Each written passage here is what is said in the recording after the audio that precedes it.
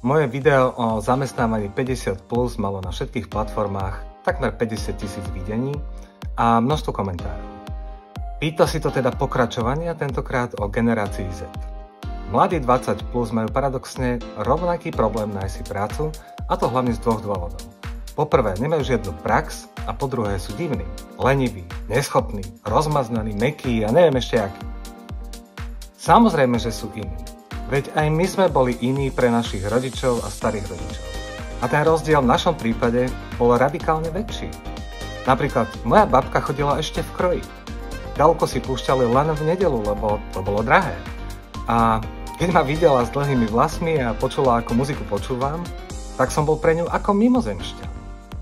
Dnes si bežne starí rodičia chatujú s vnúčatami na platformách, vidia vzájomne, akú kultúru konzumujú a majú k sebe oveľa bližšie.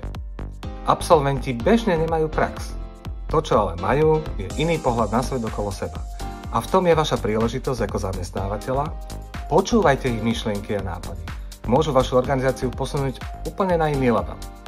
Mimochodom, z prieskumov vyplýva, že pre Gen Z je v práci oveľa dôležitejšia ľudskosť a inklúzia pracovného prostredia ako mzda. Dajte mladým šancu, nech sa u vás nielen učia čo a ako, ale aj vy sa učte od nich. Napríklad, čo to je ľudské a inkluzívne v práci, alebo kde viete použiť AI už dnes.